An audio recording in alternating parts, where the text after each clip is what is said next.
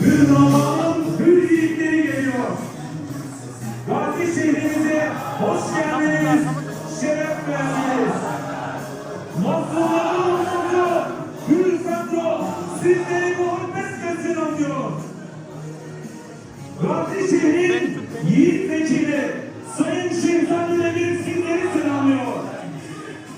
İşte Anadolu'nun yiğit evlatları.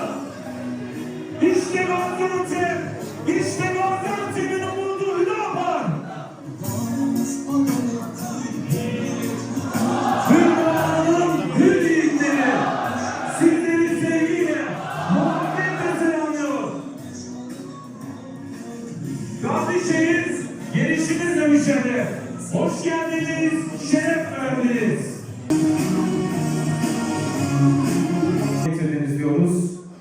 Siyasi partilerin kıymetli temsilcileri, STK temsilcileri ve Abdülhakim Öveti Divan Başkanlığı'na, Bayram Çakır'ı Divan Başkan Yardımcılığı'na, Nihat Yetkin, Sabri Yüz ve Cebrail Bozkurt.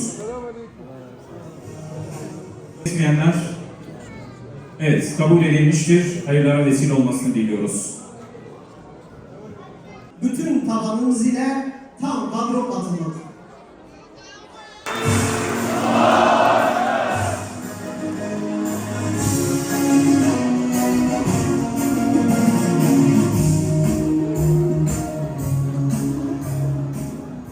Allah Teala Gaziantep'in 4. olağan kongresini hayırlara vesile kılsın.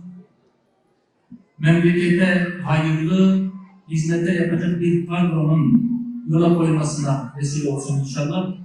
Sizlerin çok değerli faaliyetlerini izledik hep beraber. Bu geçen süreçlerde sizce de malum çok ağır süreçler yaşadı Türkiye. Öncesinde bir pandemi sonrasında Allah'tan bir daha göstermesi çok ağır bir deprem ve sonrasında yoğun çalışmayla geçen bir seçim süreci. Biz bazılarına şahit olduk, bazılarına beraber katıldık. Çoğunu da siz kendiniz yaptınız. Gece gündüz demeden sahada oldunuz. Depremzede kardeşlerimizle birlikte oldunuz, yemediniz, içmediniz. Ailelerinizle birlikte kadın, erkek, çocuk yakına koştunuz. Hepimiz bunlara şahit olduk.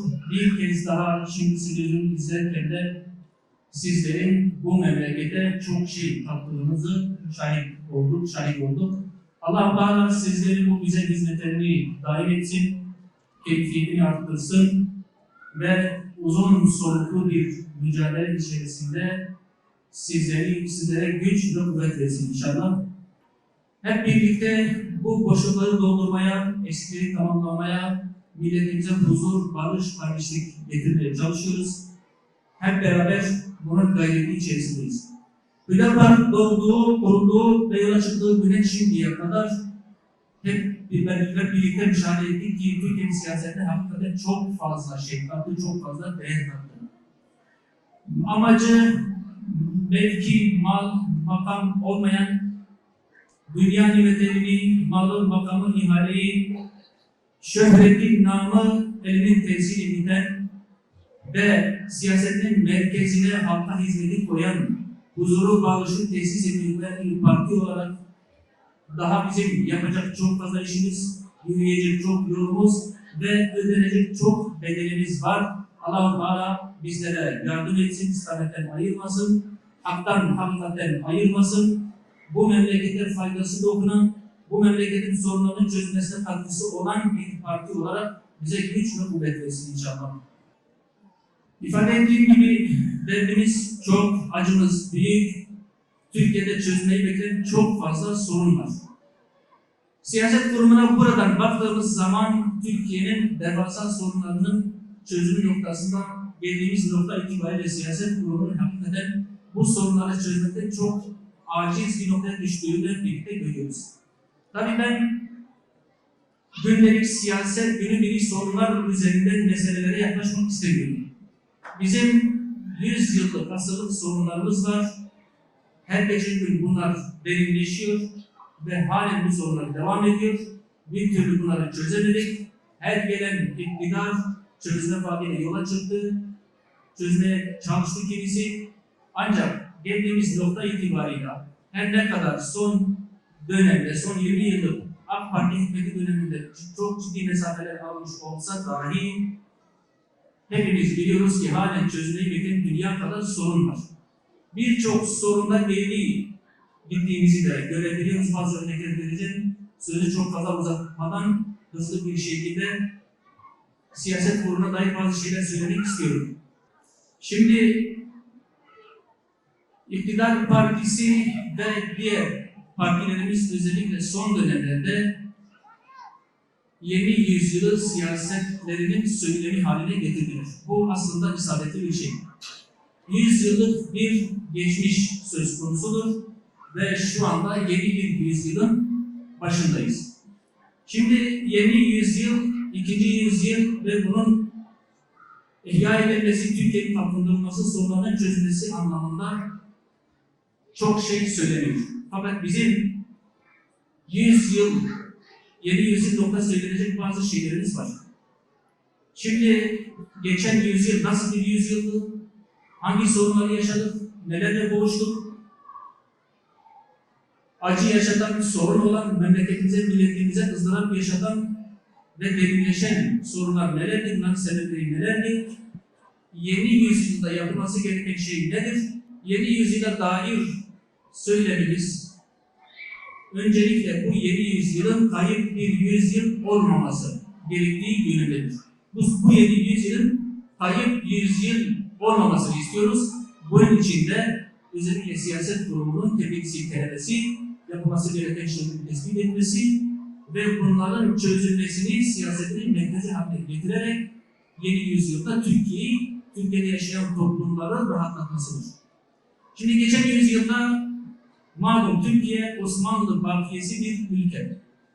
Yeni bir dönem, yeni bir cumhuriyet, yepyeni bir süreç, anayasasından bütün yasalarına kadar, eğitimine, ceza kanununa, aile kanununa, mali, ekonomik kanununa, iktisadi kanununa kadar tamamını dışarıdan ithal eden bir süreç ile başladı bu yeni yüzyıl ve bu dışarıdan getirilen bir gömleğin, deri gömleğin tabiri caizse toplumumuza, milletimize zorla giydirilmesi şeklinde bir süreç oldu.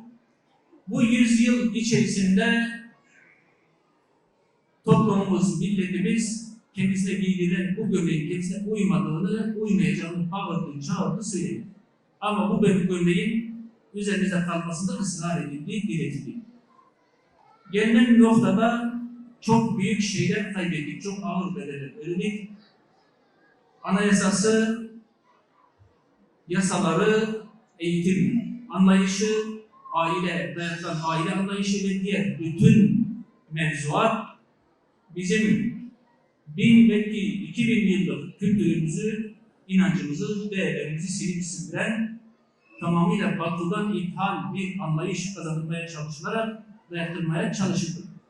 Şimdi bu yeni süreçte yeni bir anayasanın yapılması gerektiği hususu da aynı şekilde ifade edilen hususlardan bir tanesi. Bu yeni yüzyılın kayıp bir yüzyıla dönüşmemesi için buradan kısadan şunu ifade etmek istiyorum. Zorla giydirilen bu deri gömleğin çıkarılması noktasında siyaset kurumunun iktidarıyla, muhalefetiyle ve toplumunun bütün kesimleriyle bir mücadele içerisine girmesi, üzerindeki gömleği atması lazım. Bu aynı şekilde yepyeni bir anayasanın getirmesi anlamına da geliyor. Hepimize de malum, yeni süreç bize uymadığı için toplum ile mevzuat, toplum ile anlayış devamlı çatıştı, ciddi sorunlar yaşandı. Her 10 yılda bir ağır bir darbe yaşandı, ağır çatışma süreçleri yaşandı, huzursuzluklar yaşandı, darbeler yaşandı. Her seferinde yeni bir anayasa getirildi, junta anayasaları şimdiye kadar birbirinin arkasından gelip durdu ve halen memleket huzura kavuşmadı. Halen bu gömlek bize uymadı.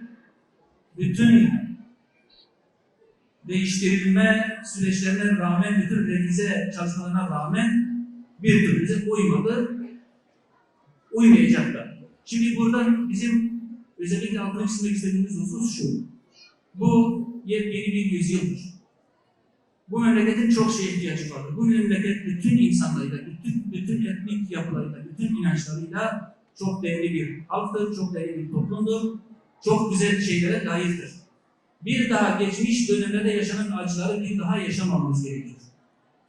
Geleceğimizi teminat altına alabilmemiz, bu sorunları aşabilmemiz için değerlerimiz, kültürümüz, inancımız doğrultusunda yepyeni bir neslin yetiştirilmesi ve yola koyulması lazım. Bütün toplumu, bütün kesimleri, bütün etnik yapıları, bütün inançları, bütün kültürleri kucaklayacak, barıştıracak, birlik yapacak, kuvvet haline getirecek bir anlayışa, bir mevzuata, bir devlet anlayışına, bir siyaset kurum anlayışına ve bir halk anlayışına şiddetle ihtiyacımız var. Özellikle bu yeni süreçte geçmişten ders çıkarılması gerektiğini, yeni yüzyılın bu çıkarılan dersler noktasında inşa edilmesini ve geçmişte yaşanan acıların bir daha yaşanmaması için her türlü tedbirin alınması gerektiğini düşünüyoruz. Bu kongre vesilesiyle buradan bir kez daha ifade etmek istiyorum. Aziz misafirler, hepimizce malum, şu anda dünya kadar sorun ile boğuşuyoruz. Evet, son dönemlerde çok ciddi adımlar atıldı. İnancın önünün açılması, toplumun rahatlatılması, altyapı istihdamının kardeşlik anlamında çok ciddi şeyler yapıldı. Vesile olanlara da buradan bu vesileyle teşekkür ediyoruz. Bunun kesintisiz bir şekilde de daha güçlü bir iradeyle devam etmesi gerekiyor. Hep birlikte şu dersi çıkarmamız lazım. Yapılan bu değişiklikler toplumda kabul görüyor. Bunun tamamlanması lazım. Ancak gelinen noktada pansuman tedbirleri bu iş olmayacağının da anlaşıldığını düşünüyoruz. Yeni bir anayasa, yeni mevzuatlar ve yeni bir anlayış bu memleketin şiddetle ihtiyaç duyduğu şey. Özellikle aile kurumunun güvence altına alınması, eğitim sisteminin kültürümüz, değerlerimiz, inancımız noktasında yeniden yapılandırılması, batıdan ithal edilen anlayışların terk edilmesi, Fulbright eğitim komisyonlarının John Dewey'in eğitim sistemi merkezine alınan raporunun eğitim sistemimizden çıkarılarak bizim inancımız, bizim kadim kültürümüz, bizim değerlerimizle uyumlu bir eğitim sisteminin getirilerek gençlerimizin muhafaza edilmesi, yetiştirilmesi, geleceğe hazırlanması bir zaruret haline gelmiştir. Hangi açıdan bakarsanız bakın, ekonomik anlamda aileyle ilgili mevzuatta, tarım ve diğer hususlarda askeri ve teknoloji anlamında bu memleketin yerli hale gelmesi lazım. Yerli dinamikler üzerine kurması lazım. Batıya muhtaç olmaktan kurtulması lazım. Doğuya muhtaç olmaktan kurtulması lazım. Eski tarihlerde olduğu gibi dengelerin tepkisini kurduğu, kültürüne sahip çıkan, inancına sahip çıkan, kardeşliği merkeze alan, İslam üst şemsiyesi altında bütün yapıları bir araya getirerek tek güç ve kuvvet haline getiren bir anlayışa şiddetle ihtiyacımız var. Bu noktada biz Hüdapar olarak her seferinde ifade ettik, bir kez daha ifade etmek istiyorum. Biz buna bütün aşamalarda hazırız. Her türlü katkıyı sunmaya hazırız, her türlü bedeli de ödemeye hazırız. Elimizden gelen bütün katkıları da ortaya koymaya hazırız. Ve siyaset kurumunu da, sivil toplum kuruluşlarımızı da bu işte duyarlı olan, sorunumuzu gören, sorunun idrakında olan herkesi de bu anlamda söz söylemeye, katkı sunmaya, inisiyatif geliştirmeye ve bu yeni yüzyılı artık bu paradigmalar doğrultusunda inşa etmeye davet ediyoruz. Birlik ve beraberlik ruhunun bundan sonraki süreçlerde de muhafaza edilmesi, geliştirilmesi, korunması ve memleketin sorunlarının çözülmesi noktasında siyaset üstü bir anlayışın ortaya konması gerektiğini düşünüyoruz. Türkiye'nin buna şiddetle ihtiyacı var. Biz bugüne kadar memleketin ihtiyaç duyduğu hususlarda hiçbir zaman tarafgirlik yapmadık. Siyaset üstü yaklaştık meselelere, yeni geldik partimizi geri çektik. Yeni geldik memleket için bütün kazanımlarımızı riske attık, sahaya indik, şehitler verdik ama memleket düşmanlarına birlik beraberliğimize kasteden anlayışları da pabuç bırakmadık. Hep birlikte buraya her zaman ihtiyaç var. Bunu muhafaza etmemiz lazım. Hüdapar'ın bu anlamda önümüzdeki süreçte üzerine çok fazla sorumluluk düştüğünü, bu ruhun temsilcisi olduğunu ve bu anlamda her zaman inisiyatif alıp sahaya gideceğini burada bir kez daha ifade etmek istiyorum. Hüdapar'ın konumu, Hüdapar'ın duruşu ve toplumumuzun Hüdapar'dan beklentileri eskisi gibi değil. Hüdapar toplumun beklentilerinin, umudunun merkezi haline gelmiş bir partidir. Her kulvarda, her mecrada, her süreçte Hüdapar'ın yapacak çok fazla şeyi vardır. Bundan sonra da yapacağının hiçbirimizin şüphesi olmasın. Bu vesileyle şimdiye kadar faaliyet gösteren il başkanımız ve yönetimini sizin vesilenizle bu huzurunuzda tebrik ediyorum. Hep birlikte izlediğiniz güzel çalışmaları, güzel gayretleri için Allah Teala'dan razı olsun diyorum. Gaziantep'e hakikaten çok fazla şey kattılar, çok gayret ettiler. Bu gayretlerinin yorulmadan, bıkmadan devam edeceğini biliyorum. Yeni seçilecek olan yönetimin de bu gayretleri devam ettireceğinden şüphem yoktur.